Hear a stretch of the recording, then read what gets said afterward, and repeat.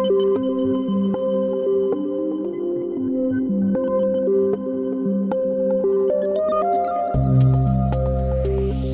is 6 Minutes, the Seriously International Daily Newscast. It's Tuesday, April 8th. I'm Emma Albright. And I'm Bertrand. It's supper time in Yunnan province in China, while folks in the Dubai estate of Brazil are just having their morning cup of joe. Here in the Welcome newsroom in Paris, we're running on the fumes of our first pot of coffee, as it's just after midday. These are the latest headlines. Trump says the US and Iran are in direct nuclear talks. Israeli airstrikes killed 25 in Gaza as Israel's top court hears security cases. In our More Than a Minute feature, an Egyptian writer goes through how TikTokers are in the crosshairs of Egypt's morality war. And our daily quiz question comes from two music icons. Our top story today is China's pushback on US President Donald Trump's tariffs, with Beijing saying it wouldn't give in to blackmail from Washington after Trump threatened to ramp tariffs up to more than 100% on the country. Trump's moves to impose tariffs on nearly every country in the world caused massive losses on the global markets. The stock markets in Europe and Japan saw a slight rebound early on Tuesday. Also from the White House, Donald Trump said at a press conference that the US and Iran are engaged in direct talks over Tehran's nuclear program, with a meeting expected on Saturday between US and Iranian officials.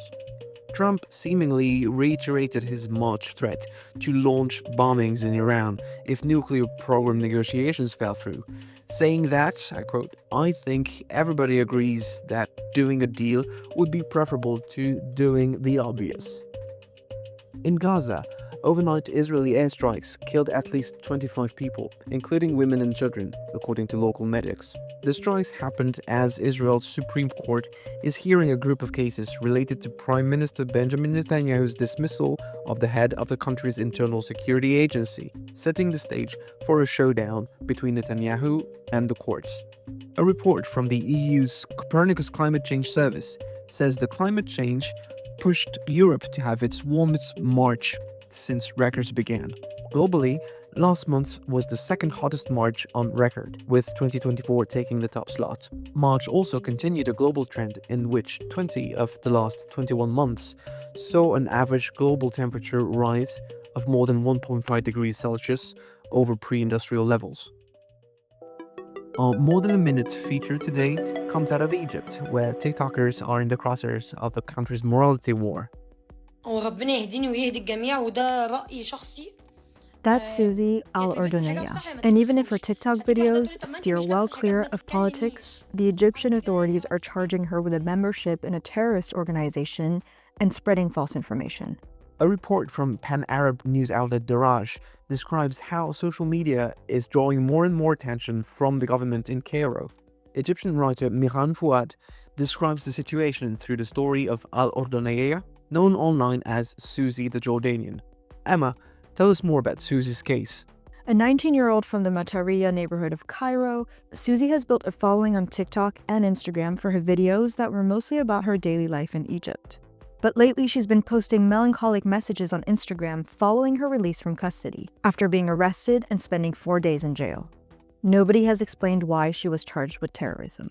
This is not the first time Susie has faced such charges. Previously, the Matariya misdemeanor court sentenced her to 2 years in prison and a fine following a complaint filed by a lawyer who accused her of violating public morality in one of her clips.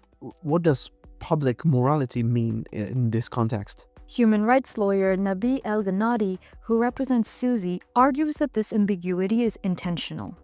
The wording of the law is left vague to be used against anyone the authorities believe is challenging traditions and customs as a threat to the public order. Such suspects are lumped in with would-be bona fide security threats. Susie is not the first female content creator to be accused of joining a terrorist organization. Another Cairo lawyer says she has represented several young women with no political affiliations who faced the same charge before Egypt's Supreme State Security prosecution. Legal experts argue the crackdown on social media influencers is part of the larger collapse of public freedoms in Egypt. While morality and public decency become highly subjective, the Egyptian state insists on upholding them. Yet rather than defining these values or establishing clear boundaries, the burden of maintaining these so-called morals falls disproportionately on women, reducing morality to their bodies, their behavior, and the pious standards they're expected to uphold. We're closing things out today with our daily quiz question, which comes from a feud between two music icons. Madonna and Elton John reportedly buried the hatchet after a decades-long feud. What started the feud? Is it A. plagiarism? Answer B. an Eminem collaboration? C. lip syncing? Or D. sequins?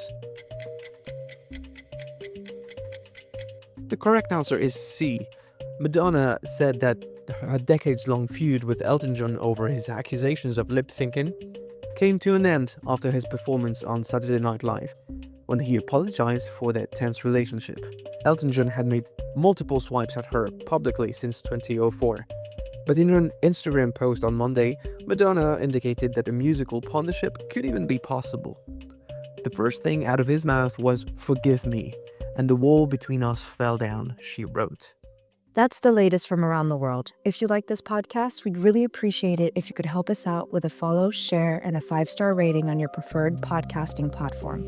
For more of the best of the international press, delivered exclusively in English, visit us at worldcrunch.com. We'll see you here tomorrow. À demain.